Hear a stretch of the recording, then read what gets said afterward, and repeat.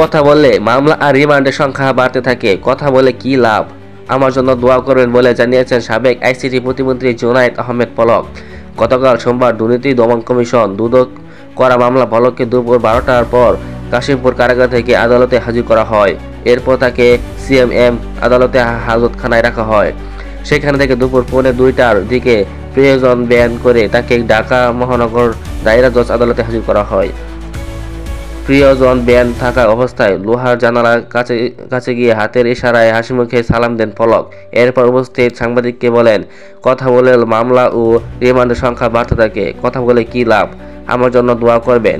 কিছুক্ষণ পরে প্রিয়জন বেয়ানের মধ্যে এক পুলিশ সদস্য উঠে পলককে বুলেট প্রুফ জ্যাকেট ও মাথায় হেলমেট পরিয়ে দেন। এরপর তাকে পুলিশের নিরাপত্তা বেষ্টনী দিয়ে মহানগর দায়রা আদালতে হাজতখানায় নেওয়া হয়।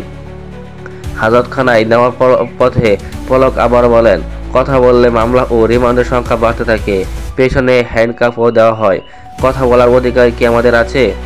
এখন পর্যন্ত 78 মামলার আসামি করা হয়েছে বলে জানান তিনি। পলকের আইনজীবী ফারজানা ইসলাম রাখি জানান, আজকে দুদকের মামলায় পলকের হাজিরার জন্য দিন ধার্য ছিল। এই জন্য তাকে কাশিমপুর কারাগার থেকে আদালত আনা হয়েছে।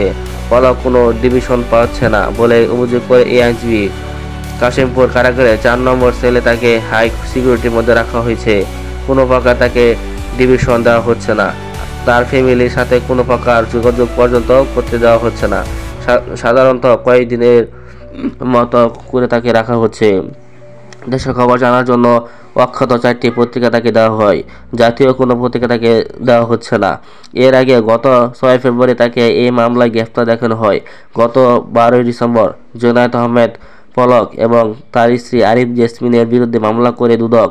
মামলায় তাদের বিরুদ্ধে প্রায় 19 কোটি টাকার অবৈধ সম্পদ অর্জনের অভিযোগ আনা হয়।